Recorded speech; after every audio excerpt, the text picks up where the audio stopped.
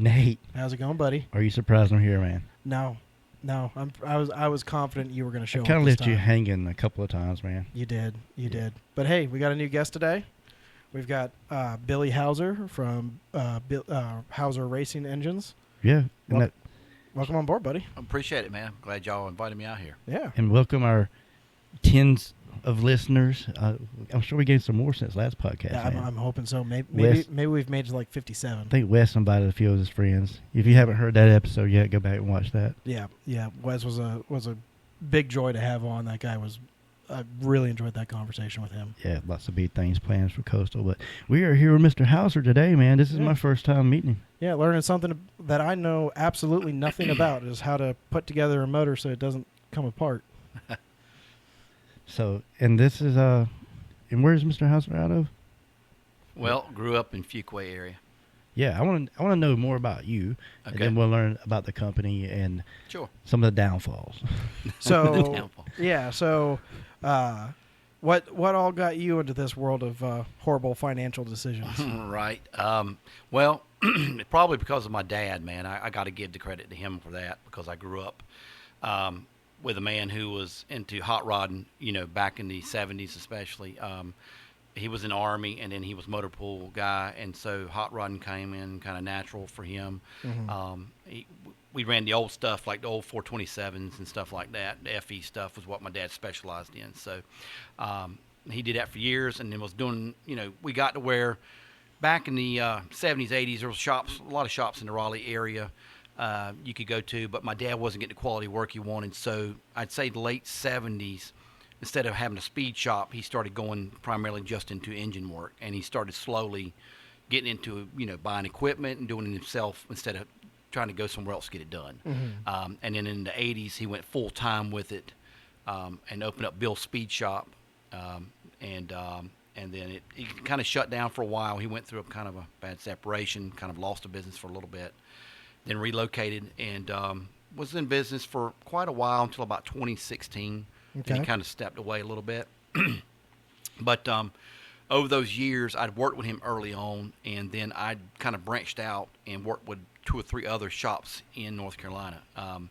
T-Hoff being one of them that used to be downtown Raleigh years ago. I knew Boyette, still know the Boyette's folks real good. Okay.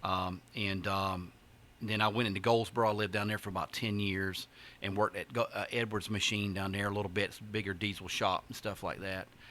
And then I went into sales. And so that's when I really started picking up a lot of stuff because I sold to everybody from almost Maryland to down to Florida over to like Alabama. And I sold machining equipment. So I did installation, training, all that. Went into, Earnhardt shop, sold him equipment. And so you sit upstairs, eat there. I stayed there for a whole week. We ate lunch with them and everything, Nice. CNC equipment, stuff like that. So I was in the equipment sales business for quite a while. And then when my dad kind of stepped out of it, I kind of got back into it full time. So that's kind of how I got into it, man. It's just my dad and just being around it, growing up in it. So I used to help him in the shop when I was a teenager some. And then, starting off doing cylinder head work and learning how that stuff worked a little bit. And then after I was 19, 20, branching out, I learned from other places I went, which was kind of good. It just, you got a little aspect of everything because we worked at T-Hoff. We did a lot of import stuff. When I worked down at Goldsboro, we were doing like big diesels, cats, stuff like that. So I think all of that knowledge was just a great thing for me over the years. It taught me a lot because, not to toot my horn, but I've got a vast knowledge that a lot of guys don't know. There's a lot of shops that kind of have a niche of what they do, whereas we're kind of a shop that just really, we do about everything that comes in the door. And a lot of, we just did a Subaru the other day. There's not anybody in Eastern North Carolina that'll touch a Subaru, and hop them up, and whatnot. So that's kind of how I got into it, man. And I just love it. My son loves it. It's a good passion that we've had for years. I do teach high school, also as well. But I don't think I'll ever be able to let it go, man. I've always enjoyed doing it. With that exposure to different fields within that same genre, it has to be eye-opening. A lot of the similarities, even the diesel to the gas-powered engines, even turboed engines. I heard you talking about Subarus a while ago. Right. There has to be a vast world. Some of those things have similarities, and some of those are just uniquely different. and just knowing how to incorporate those things, or having someone come in and say, hey, can you help me with this? And you're like, right. I've seen that before, and almost being able to put a price on it. Yep. Right out the gate. That's right. That's significant. Yeah. So what would you say is like your main? What's your bread and butter? Kind of bread and butter. What we enjoy doing the most is going to be the later model stuff, like the Coyotes you got in LS motors. They're just fantastic to work with, man. I'd say LS probably takes the cake for what we do the most. Mm-hmm. It's just a real popular engine that's easy to build, easy to get horsepower from. And they guys, break a lot too, so they you do. get a lot of them in there. We do, yeah. And as my dad would say, it puts food on the table. But so everybody, they're popular motors, and a lot of people do swaps with them, and so they're great for us. If we could just do 2 or 3 a week, we would love it. But if we had something we'd love to do all the time, it would obviously be the Coyote motors. The platform of the Coyote is just awesome. They just cost a little bit more for guys to build, and you know that. Yeah. But it's a fantastic engine. Probably, it's been talked about. I get on forums with guys all the time in shops all across the country. And if you're a Ford guy, it's argument about what's the best motor Ford ever made? It's the Coyote. You spoke about forums. My dad was a mechanic growing up, probably not on this level. I mean, he was carbureted, Yep. old generation stuff. But Doing it with a screwdriver. he used to get into the Super Chevy magazines and Yeah. read the hot rod articles. That's and right. there was so much wealth of knowledge that you could learn from those. And these forums, that's one thing I was going to ask you. What are some of the forums you go to learn some information? Well, I've got a couple forums that are just for machine shop guys. So, like, you guys couldn't get in because we guys, we help each other. You know what I mean? So that's the 2 forums. I can get on forums with other just general public folks, but they don't know what we know, and we can't share knowledge with each other, So it's like John Causey's on there, and John's not going to just sit there and talk to anybody on the street about, hey, could you help me build my 429, 460 motor? John's talking to other professionals that we all got questions about. How did you do that? What's working for you here? So a couple forums we work with, like it's called Professional Engine Builders, forum, and I got another one I'm on, but I'm on those constantly every day. Guys just asking questions, looking for help and sharing secrets and stuff like that. Well, just one thing in those professional forums like you're speaking of, there's steps, I know even in engine building, where you could skip some stuff, but if you don't do it a certain process and have the certain tools to start to get to where you're trying to get to, if you skip, you can soften a seal or a seat that really needs to go through certain processes for it to hold up. And so I can appreciate what you're saying in that. That's a great point, and Nate was talking about a little bit earlier. It's one of the things that we just makes us cringe, is when you come into a machine shop, you got ideas of what you want to do. Mm-hmm. And if I gave advice to anybody, I'd say just kind of listen to your shop guy first a little bit too. He does it every day. He kind of knows what's going on, what works. I'll give you an example. LS engines, right? I wouldn't build one without decking one. The reason is every one that comes in, I don't care if it was not run hard or whatever, the decks are a mess. So I tell everybody when they come in, it's got to be decked, man. If you want it right, it has to be decked. And that's hard sometimes because the public thinks sometimes you're just trying to get an extra dollar. But what we want to do is, like you said, make it right. There's some things you just have to do, not patch it sometimes and cut a seat. Make sure the valve is concentric and is going to seal properly, instead of just maybe lapping one in real quick to kind of get by. Well, I think the general person, this is a performance-based channel that we're speaking on, but a lot of folks in the engine world, they don't understand that there's a difference between your work-related torque vehicle versus your competitive torque vehicle, and you have to build those things a little bit differently. Some performance stuff, you have to have certain direct parts for those motors that'll hold up, and where you might could do a little bit more clearance and use that same vehicle to pull a trailer or do a heavy load with. Exactly, and the race car is the same. It's got to be set up right. If we set oil clearance on a standard everyday drive, it's not so crucial. We want a 1 thou, 1.5 thou clearance on a small motor, but when we know we're putting 20, 30 pounds of boost on it, only? Yeah, right. And so we got to get the clearances a little bit more because we know at that kind of pressure with that kind of load, if we don't get a little bit more clearance on there, we're going to have bearing failure, pretty quick. And if you have someone like yourself that doesn't ask the hard questions, are you going to drive this motor on the street? Because if it's getting to certain temperatures, we're going to set these parameters where you can push it this hard, but Mm-hmm. if you go outside of this, you're going to cause hurt to that engine as well. Right. Yeah, and that's a great question or statement you bring up there, because the first thing we have to know is, like Nate comes in, when he first comes to us, I kind of got to know what you're planning to do with, the engine, how hard you plan to run it, and how much boost you're putting to it, so we can set it up the right way for you. What kind of power plan what kind of power adder I'm planning on running. That's right. Because when I came into you, I was like, well, I'm going to run a supercharger Yep. and nitrous.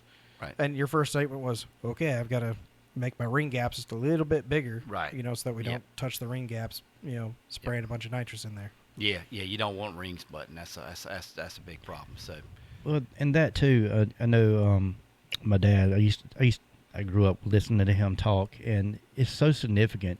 Yeah, you're an engine shop, but when your engine builder asks you what gear you're running, what does that got to do with my motor? Well, if you're buying a specific cam for that car, it's going to show that it's going to have a certain amount of torque or RPM that it's rated for, and if you're pushing it over that, you can build them any motor they want, but if they're changing that up and you don't have that knowledge, you're not going to build them to perform an engine that they want, because the RPM ratios aren't going to be right. Right. So you want the power where it needs to be, and if the gear is not right, too high, too low, motor, it may still make power, but you're not getting potential of the power because you done either redline too quick and it's not had a chance to build it, or vice versa. So yeah, absolutely right. That's where the torque converter guy comes in a lot there too. And I was going to say torque converter too. So important. That's got to be right too.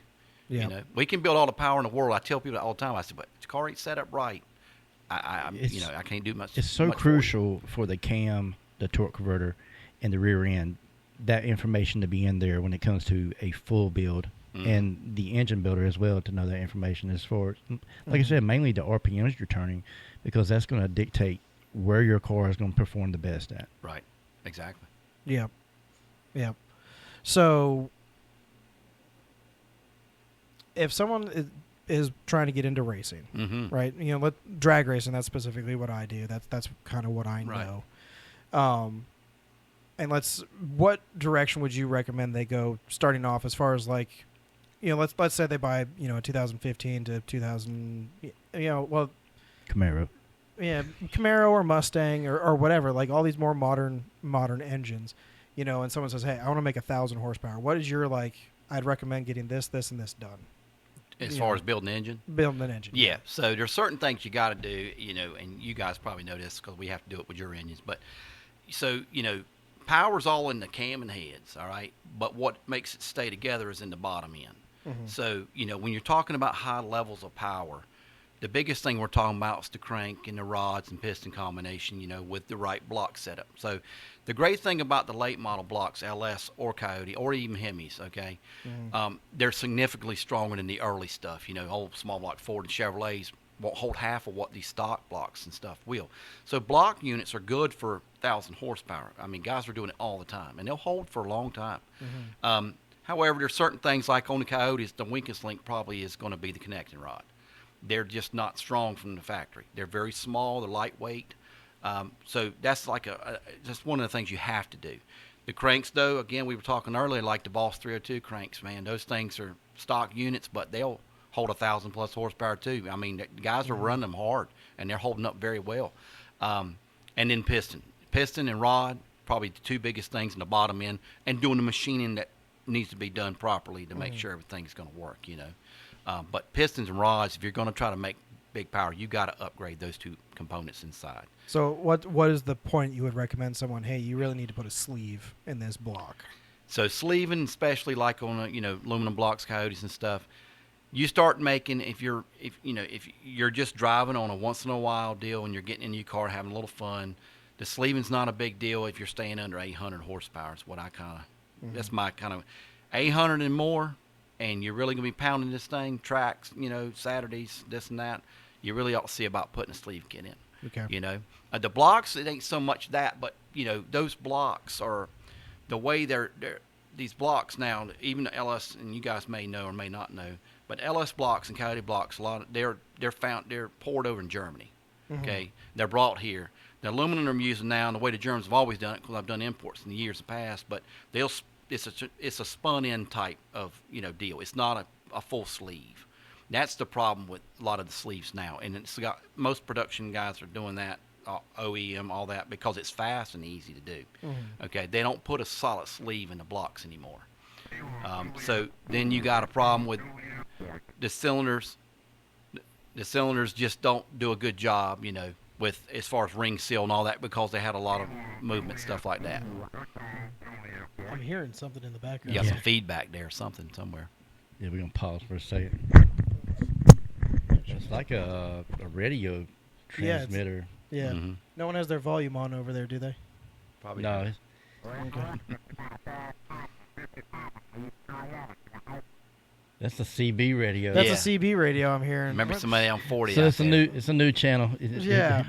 new subscriber. I might leave this in. He wants to let us know that he's listening in. Was that mic I turned off, or? I'm not sure. That is weird. I have no idea how we're gonna get rid of that. Yeah, you guys can't hear this right now. We can hear just very, very slightly. There's like a CB radio, like somebody's in the back. Somebody's on the back. I've heard the word North Carolina said at least twice. Yeah, You there's know. someone on the bypass with a Yeah. big radio. Maybe he'll go out People of would range. start unsubscribing, Nick. Maybe he'll go out of range. in here in a Maybe few he'll go minutes. out of range. I hope so. We've never had that happen before. That's cool. First, just for you. Yeah. Yeah. All right. So you were speaking about how they spun the blocks. They put those spun cylinders in, Mhm. where they pour those. Yeah. And I didn't know that the engine's coming all the way from Germany.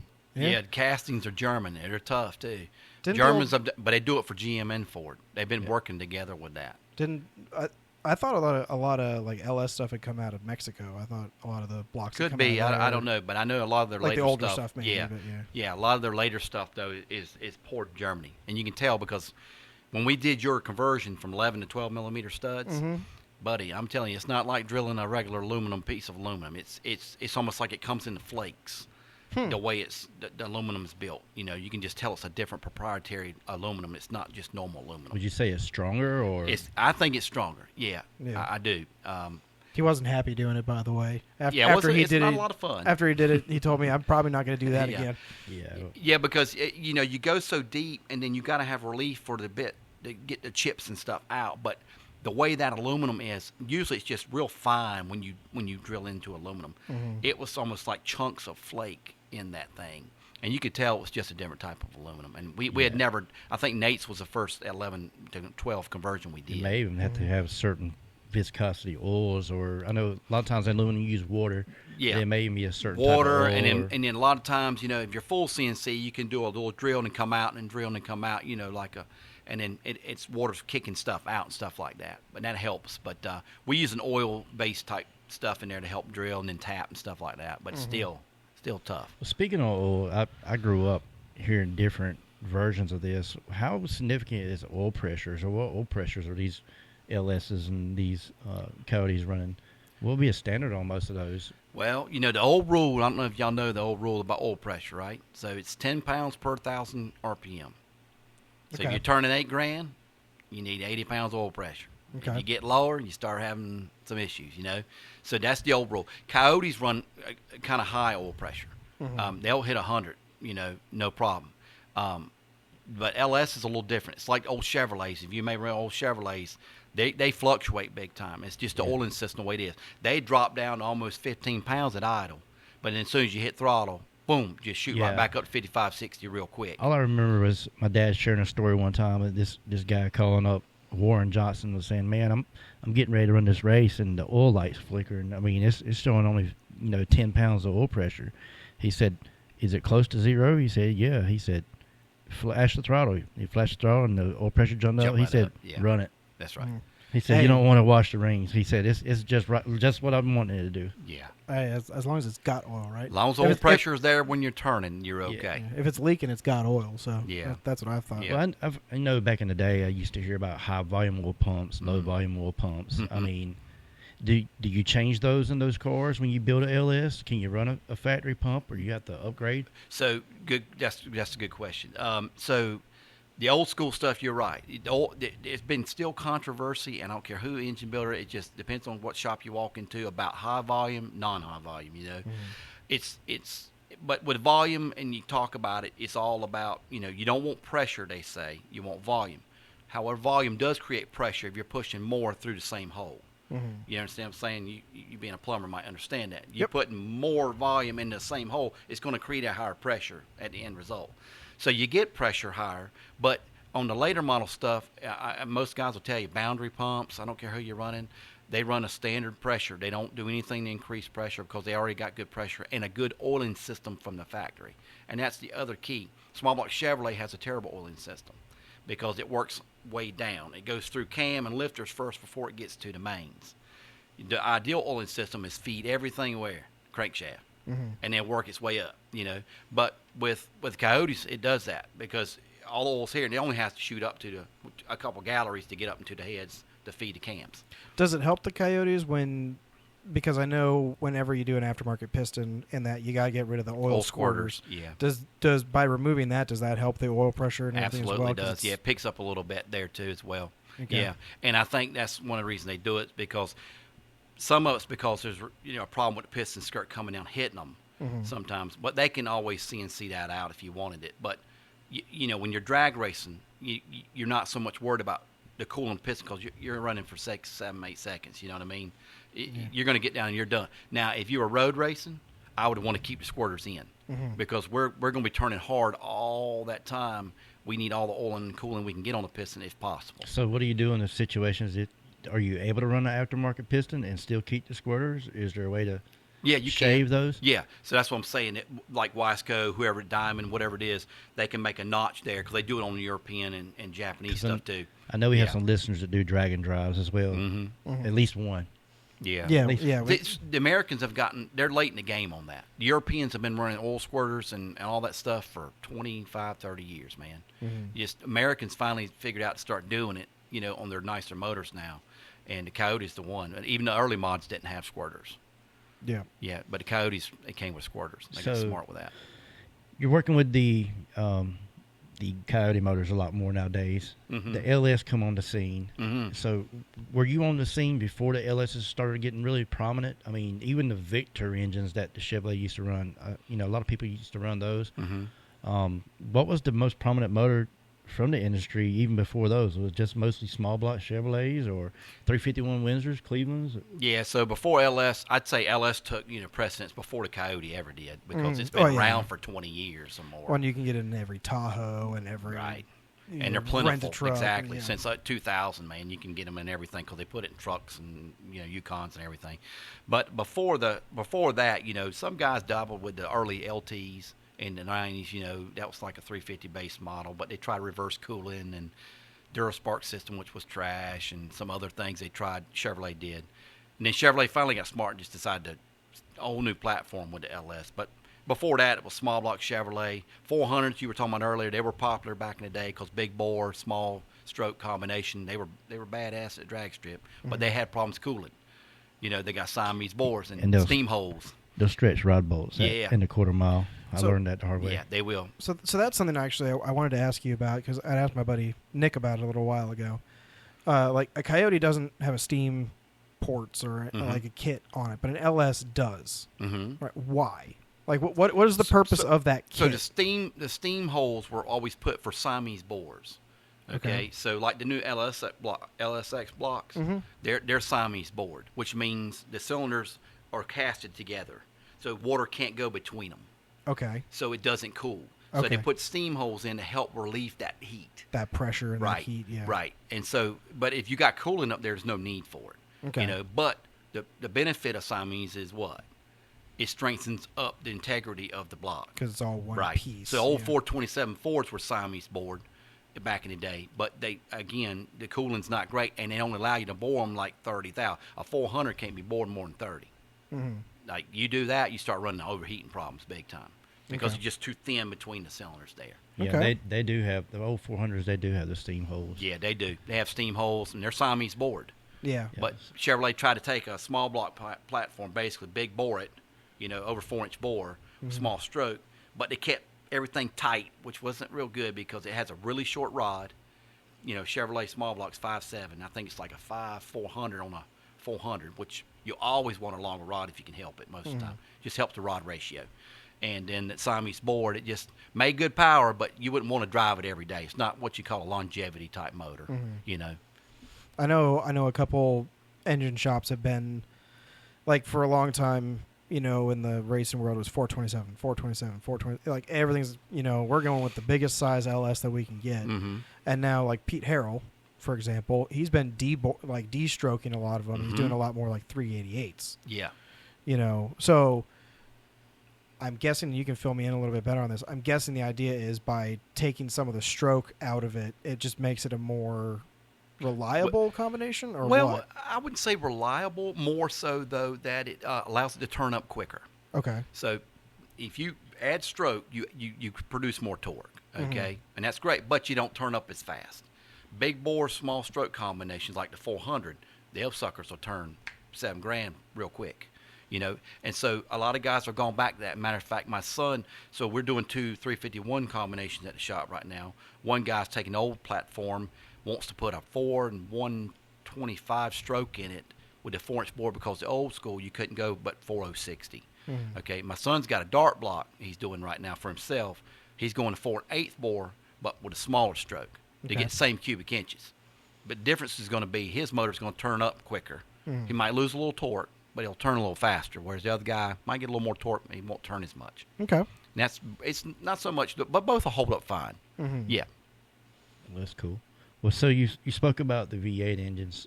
Tell us a little bit. Do you do much import work, much four-cylinder work? We do. K motors, a little bit of everything? We do, yeah, that's right. There is a lot of racers, believe it or not, racers that do go to the track and drag race. And we'd love for them to be able to come see you if they have a sudden detonation. Right.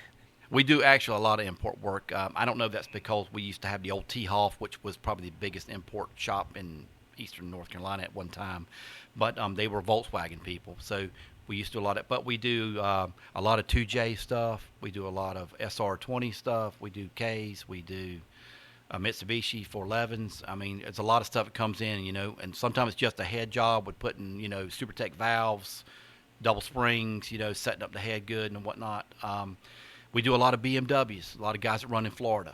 Road course stuff. Okay, we've done 3 or 4 last year on that. We do a lot of machine work for them, and they run down there in Florida. But yeah, we do a lot of import stuff still too. Do you just go to their car anyway and break off the turn signal, you know, stock for them, because they're not using it anyway, so just save them some weight. Right. Yeah. BMW guys, you know I love you, but use your turn signals. As long as they're not in front of you on the track and you're putting their 4-ways on, that's your biggest nemesis. I've never turned my 4-ways on, but I did turn my turn signal on one time. Joking the guy was going to come over to his lane. Let the guy know you were coming over to the return lane. He was far enough behind me; he could clearly see it. He wasn't happy with me afterwards. So you got into you do the 4-cylinder world. Well, we always ask any guest we have on the show, what's the weirdest thing that's ever happened to you on the way to a track or during rounds? What's one of the weirdest motors you've ever worked on? Weirdest we've ever worked on. Ooh. That's a hard one there, man. We've worked on a lot of type of engines. Weirdest, I'd say a Pugo. A Pugo. Yeah, and I've done a Lotus motor, an old 4-cylinder Lotus years back. Kind of odd motor. It sits sideways, and it's 4-cylinder. But, you know, again, I like it because you get to see the engineering of some of these other, you know, other companies, and that's good. You can bring that engineering into other things. But probably a Pugo. We did it in a Lotus. They're probably 2 of the weirdest motors I've ever done. Well, I've heard a lot about rotary engines over the years. They're really popular Dorito overseas. motors.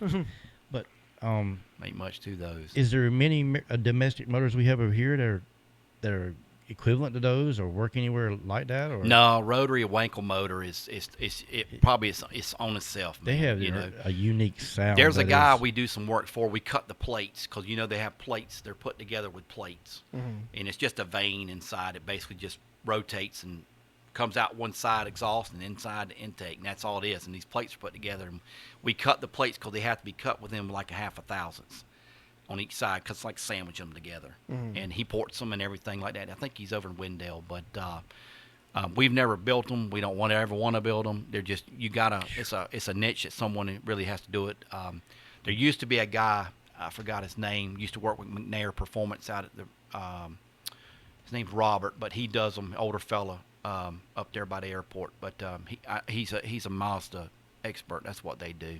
I had heard the reason that they never really took off, especially here in America, was because they were as good as stuff that already existed, but they weren't better, right? And so if someone offers you something and it's as good as what you've already got, well, why are you going to change? Because it's not any better. So I'm already invested in the American V8 and the American V6 or whatever. Like as far as like power delivery and reliability and stuff. Like as soon as you get into racing, you can just throw reliability right out the window. If you do your maintenance and you do other stuff, you can make them more reliable. But you have a cylinder go lean, it doesn't matter how well you screwed it together. And I don't know how reliable those motors. They make power. You can see that. The balance in those motors are so important, from what I hear. Right. That is the main thing, because they turn like 50,000 RPMs. They do. They turn a lot, man.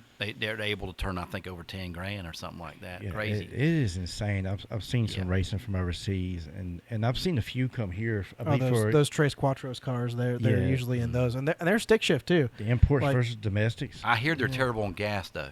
Yeah, like terrible. Even though ones are not hopped up, just a factory ones is not. Really? Yeah, and with EPA the way it is now, putting it in a production car, that'd probably be a problem. It's probably the emissions issue. Yeah. They're not going to do what it takes, because I know back in the day, when Ford, Henry Ford, and all them, where they were building stuff, they took a lot of pride in their stuff. And there's a lot of companies, they won't send their cars over here because they're not going to cut them back enough to meet our country standards. Right.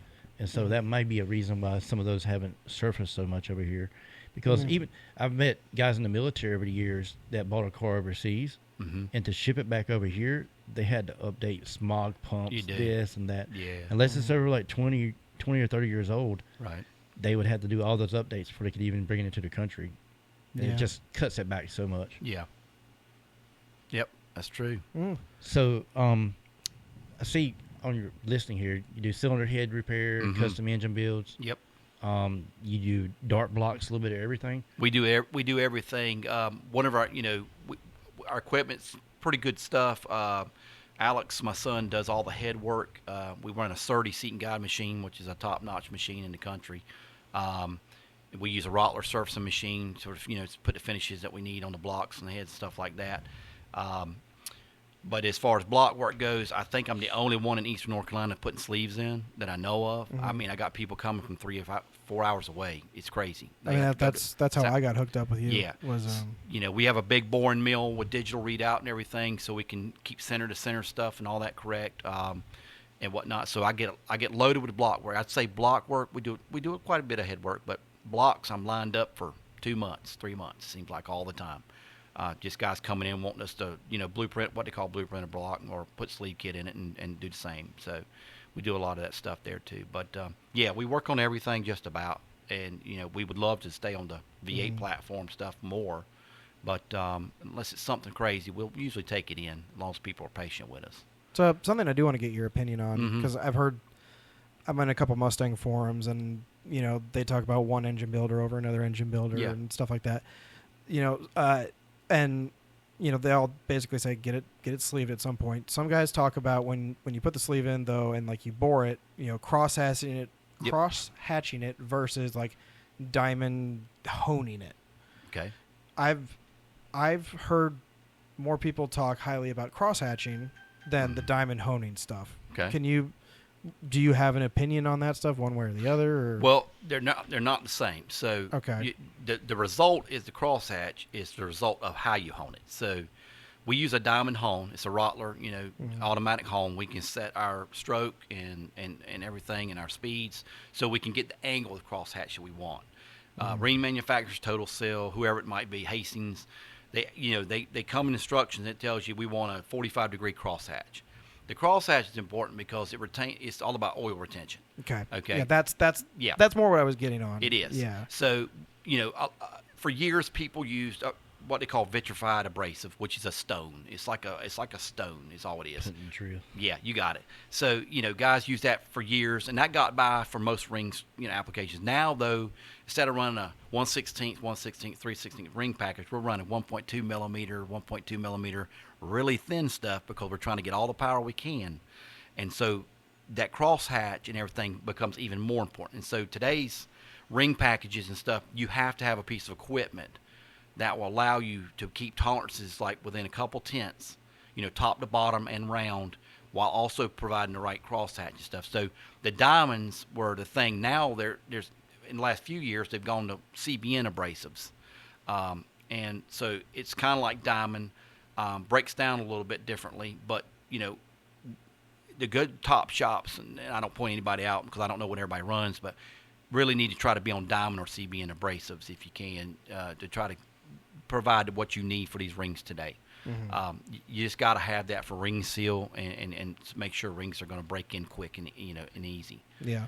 So I guess because the argument that I had heard was whatever the other way of doing it, or micro polishing. That's what it was. Like micro polishing is like it gets it so slick that the oil doesn't stick to the cylinder. So you can actually go in and hone one too much and get it really hot, and then it's so fine that ring doesn't have a chance to seat, and it won't seat. You'll know as soon as you fire it up.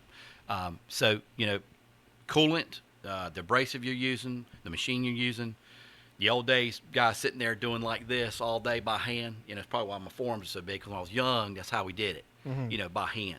But now it's hit a button and the machine just boom, boom, boom, boom. Meanwhile, your dad in the background goes, "Go faster! Yeah, come on, right, keep it up." But it's just with the rings today, you could get away with that. The old iron ring, and iron ring will seat in. But if you're putting 20, 30 pounds of boost and you're running a top stainless steel AP ring from Total Seal and stuff, they'll tell you. And, Lake Speed Jr., if you're ever interested and wanting to know more about oil and crosshatch and how to properly get a cylinder right, the guy's probably the foremost expert in the country. And you can watch his stuff too, but he talks about it all the time, and he'll tell you what kind of oils to run. And it's not just oils in the motor, but the oil we run when we in the machine. The oil I run in the machine is $1,500. I mean, and I have changed it every year. Yeah. But it's the right oil, and it gives the right crosshatch with a clean finish. You got to do that to get the rings to seat right, and for longevity, you want to do that. Yeah. Okay. The other, just sticking on Coyote because that's what I know. Yeah. Right. The other thing is that part of what we ran into last year was when you get over about 27 pounds of boost. They really recommend that you put fire rings in the top of it. O-ring block, yeah. O-ring the block, and then you have to have really good cylinder head clamping at that point with a copper head gasket. Right. Right. What we're recommending.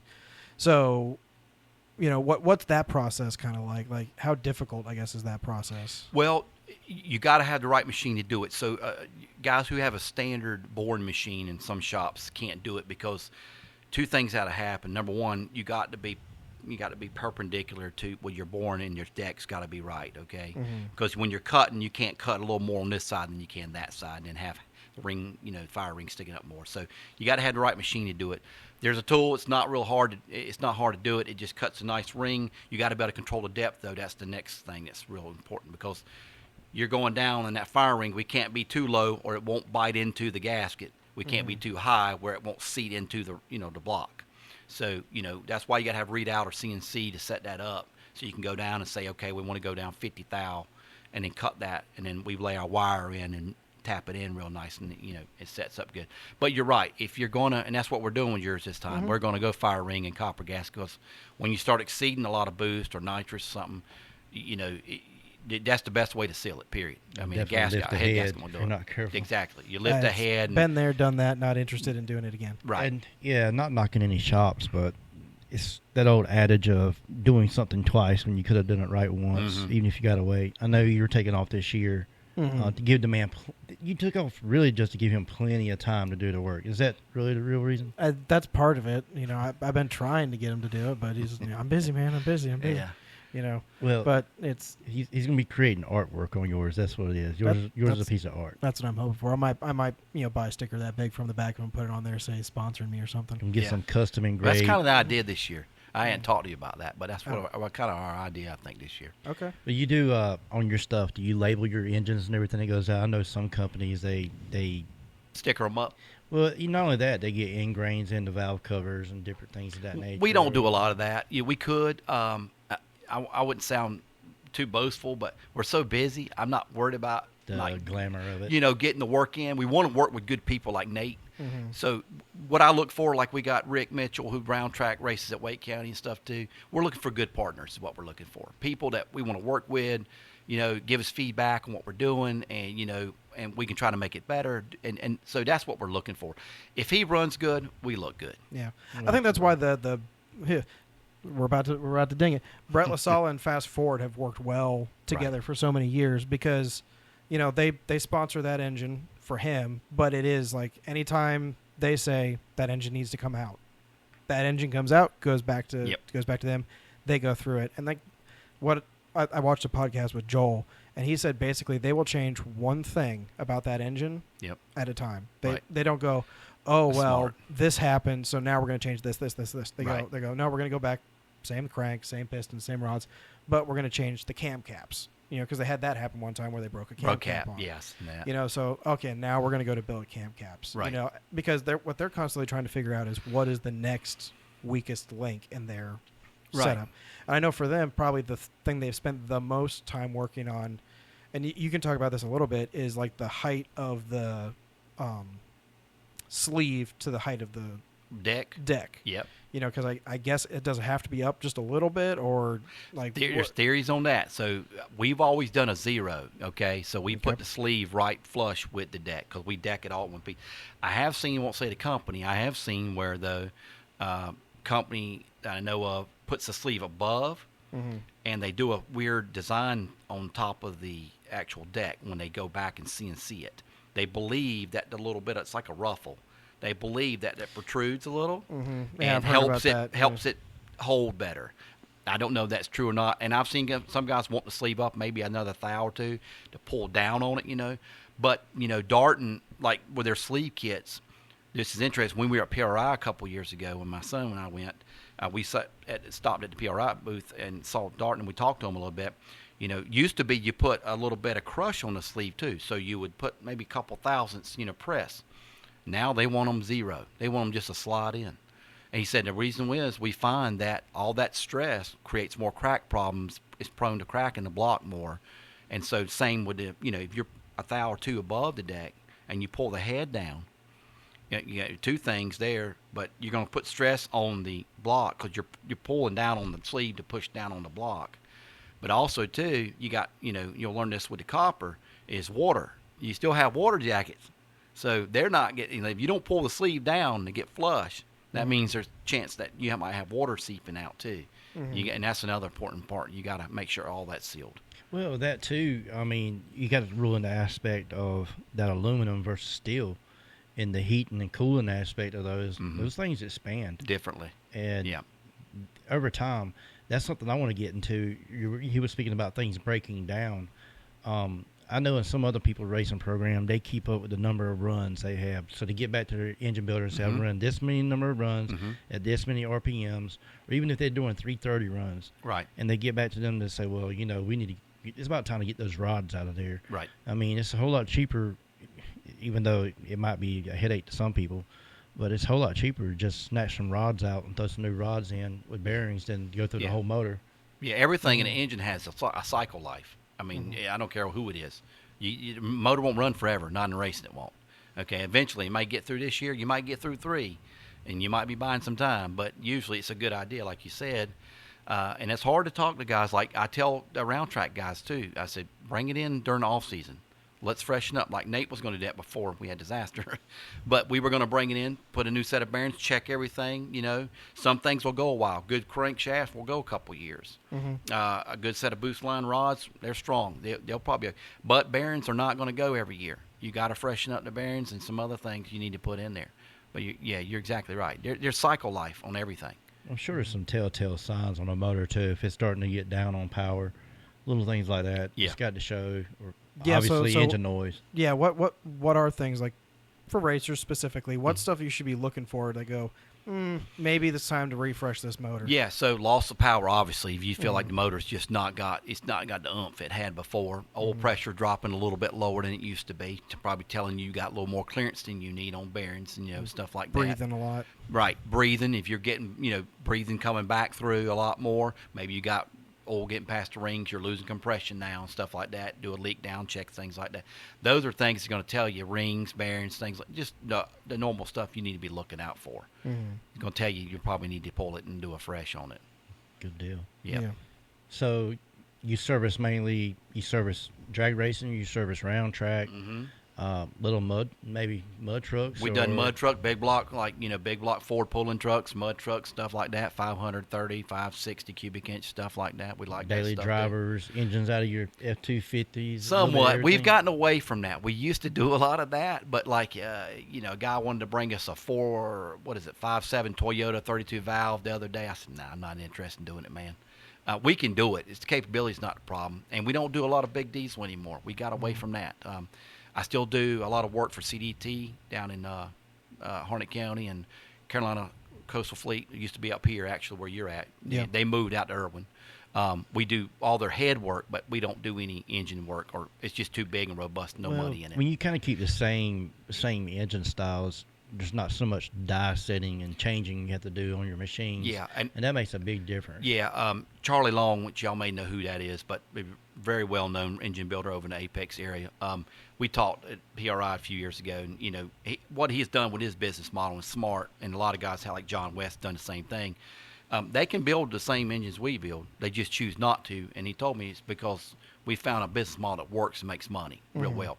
And, there's not a lot of machine shops anymore. And the reason is, and we talk about going broke in racing, is machine shops been going broke for years. I used to see it when I was in sales because they don't know. A lot of guys know how to do good machine work sometimes. They just don't understand how to make money. And sometimes that means, like Charlie, all he does is round track motors now. And he has a certain motor, and he just tells you a certain price, and you pay it, and you get the motor. Yep. And you're ready to go racing. And that's what he said. It works good for us, and they run them through like crazy.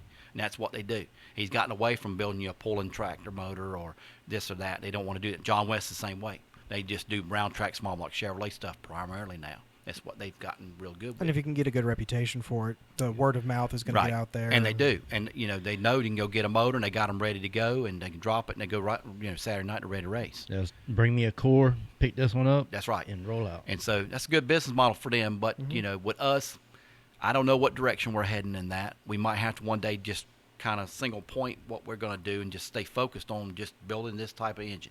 Just don't give up on my Coyotes and we'll be good. Well, we're not planning to. That's the kind of direction we would go if we did do that. But, but you also got to make sure the workload is there to stay busy. We want to be profitable. Years ago, a very well engine builder said, if you go in this business because you got a passion for it, you're probably going to go broke. Because you can have a passion, but you got to be focused on running a business too. And that's what we try to do, because it won't be no good if I can't make money and my son can't continue to run the business down the road and stuff like that. But a lot of shops have gone out of business because of that reason. Yeah. There's only a handful around now, really from an hour, 2-hour drive or more. So it's very needed for our automotive industry to, especially for, like yourself, staying up to date, going and getting information from these trade shows, staying in contact with other foremen. Yeah. The art, I want to call it the art of being a machinist, especially automotive engine machinist, is becoming a lost art. Everybody wants push button everything nowadays, and it's hard work, but it's rewarding work, especially if you hear from your guys going out winning a race. That's right. And saying, "Hey, I built that." Do you know who turns out some really pretty looking stuff? Who's that? Steve Morris. Those all billet, very well known, big block SMX. Yeah. So he just got a machine to take a block of aluminum and turn it into an CNC. engine. Full CNC. Yeah. And he's been posting videos up on that, and that stuff is pretty. But that's the future. You're going to have to do that, and that's where we're heading to. We want to go full CNC on a lot of things. But again, it's money and making sure you got demand there to keep blocks running. Steve Morris ain't sitting there doing one block a day. I promise. He's running something every minute. Yep. To help pay for a $250,000 piece of equipment. Yep. Exactly. And that's the future. There'll be a few shops that will be smart enough to jump on that, and hopefully we're going to be one of those. But there's other shops that'll do a little stuff. But if you don't get on that in the road, you won't be able to work on a Coyote without doing that. Down the road. I think it's real neat. The one thing you touched on earlier, that you actually used to have to go. You were able to go set up CNC machines. So that means you're able to do a lot of maintenance on your actual machines yourself. We do. That keeps you from being down. That production time means a lot in the automotive industry. I know of guys that Yeah. have motors sitting in shops for 3 to 6 months. I mean, and if you're just that good, you'll wait because you want that guy building your motor. You Right. don't want to take it out Yeah. there first time and it go to crap. So Yeah. I fully get it. And so I've really enjoyed it hearing everything you had to tell us today, man. Yeah, I got one more question. What are your thoughts on that new werewolf block that Ford turned out? It's the I may not know about cast this. iron Coyote. Oh, cast iron So, Coyote. yeah, it's a So Ford, it's an Ford is iron, making it. Yeah, it's Not like already bear block. It's not a bear block or nothing like that. No, it's from Ford. So Okay. it's called the Werewolf. It's an iron block Coyote, Okay. and it does weigh about 100 pounds more. Well, it's going Then up. it- Yeah, obviously. Yeah, because it's iron. I'd love to know the weight on it. That'd be interesting. Yeah, Because LS blocks, the LSX blocks, those Mhm. things are heavy, man. yeah, but you can. But you they're like good for 2,000 horsepower. yeah. Yeah.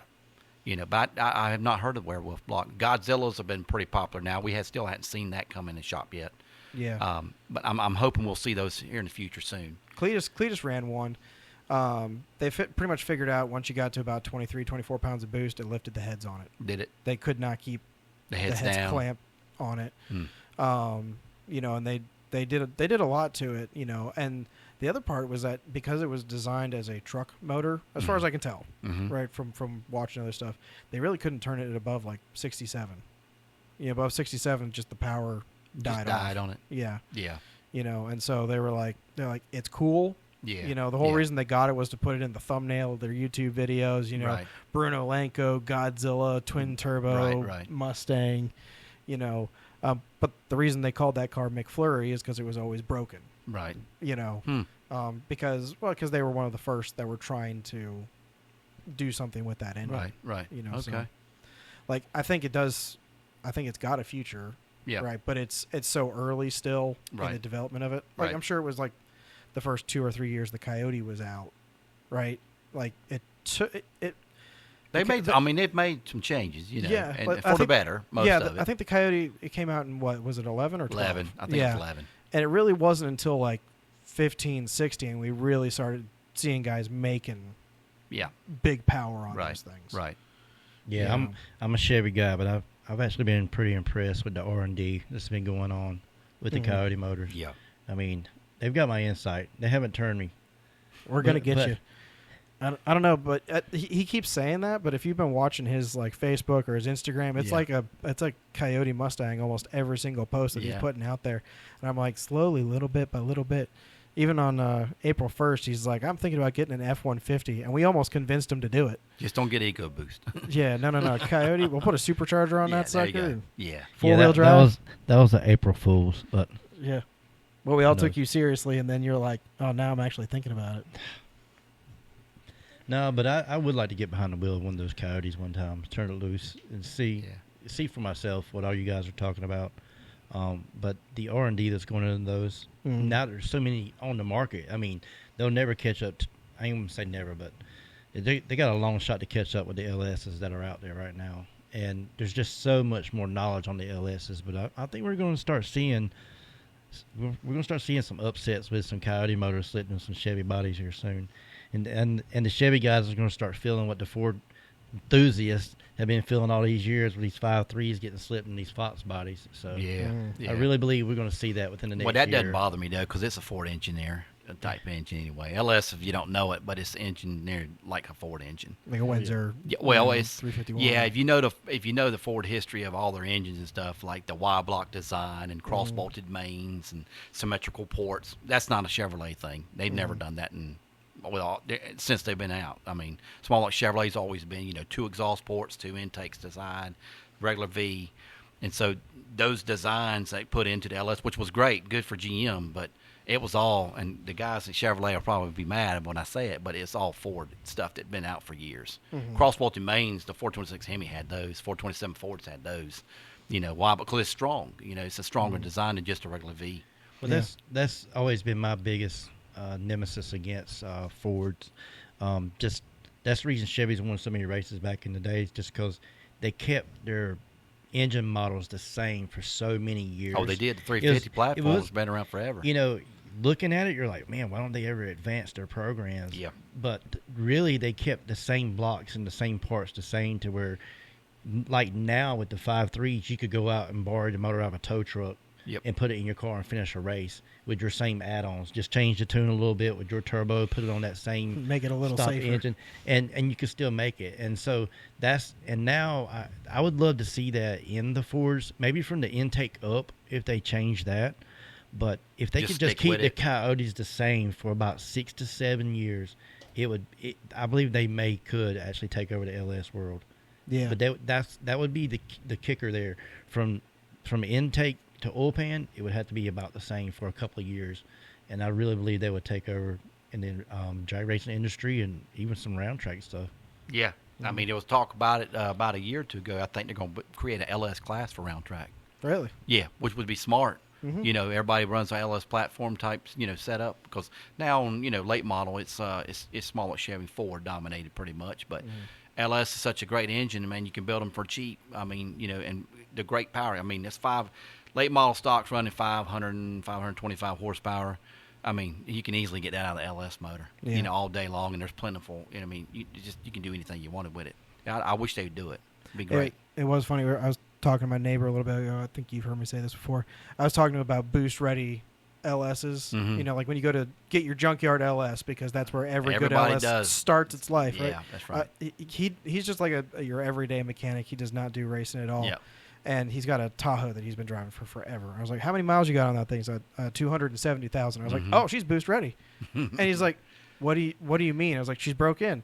Yeah. I was like, if that thing had 100,000 miles on it and it was in the junkyard, every racing guy would pass over that. Right. He'd go, it's not ready. Right. But the one that has 200, 270,000, 300,000, Yep. that's the one I want. Yep. Because everything's wore in. It's good That's to go. true though, because things blow up when it's trying to hold it together.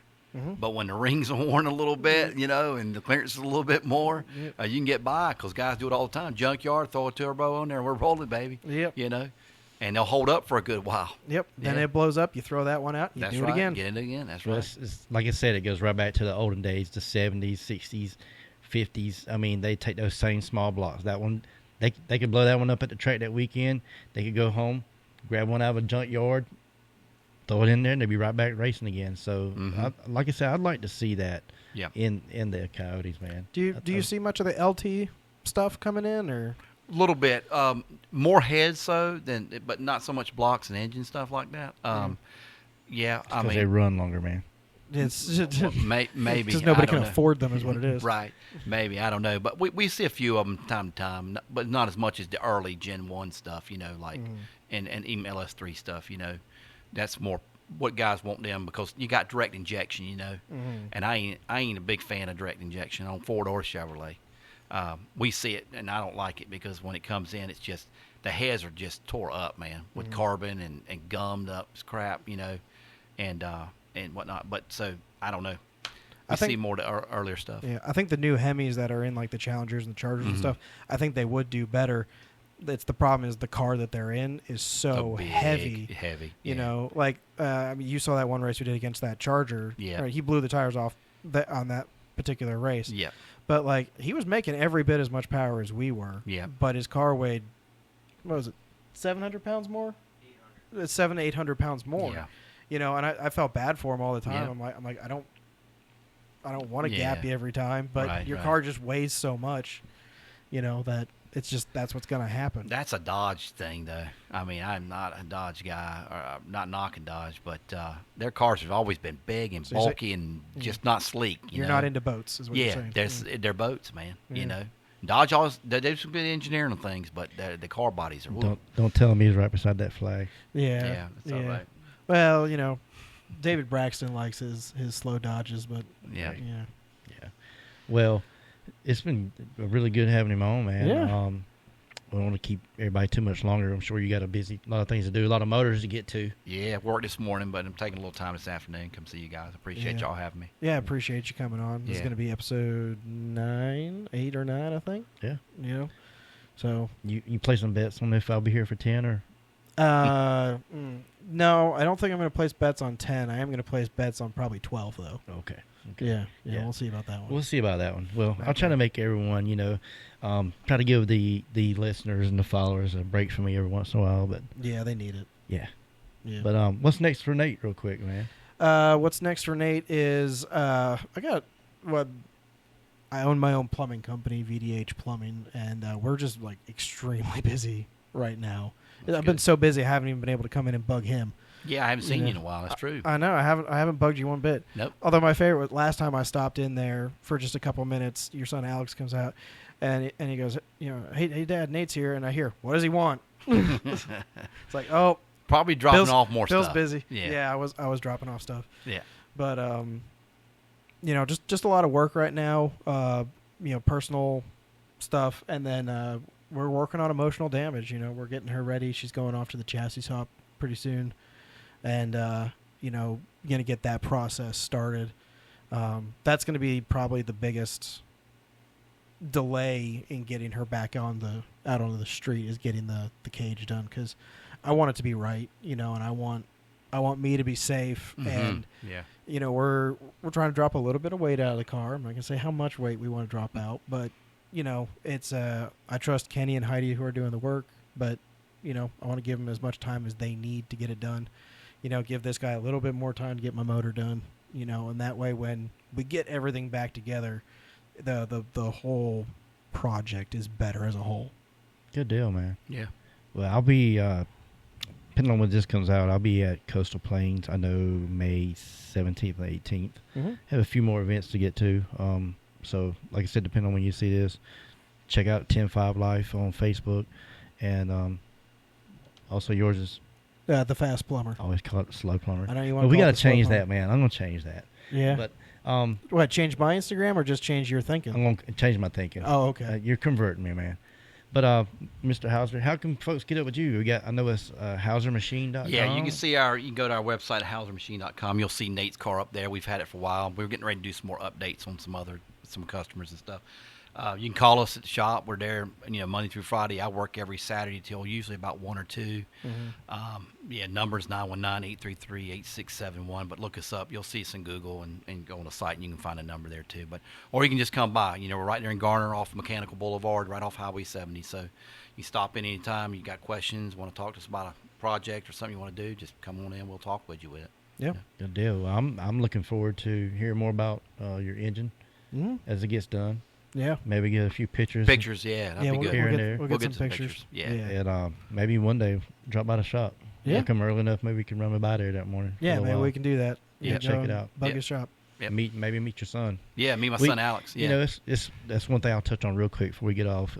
This sport, in any racing sport, is family oriented, man. Yeah. And it's just I love this channel and what we're doing with it, and able to help generations learn things. I mean, that's who I learned from. You said your dad got you into it. Yeah. My dad got me into this, and I love it. And I'm just appreciative of you being here today and helping us learn a few things. Yeah. I'm glad you guys had me out here. It was good time. And thanks to your wife for letting us borrow you today. Yeah. We appreciate it. Well, I'm taking her afterwards to eat, so she's happy. Oh, that was the price. Okay. That's it. That's not too bad, That's actually. not bad. She's easy. Yeah. Yeah. Well, all right. Close us out, man. All right, everyone. We'll see you on the next episode. All right. Like, subscribe, and share. Like, subscribe, share. Yeah, we're going to need you to sign the hood before you leave. Okay. All right. Will do. All right, guys. Thanks, guys. Bye.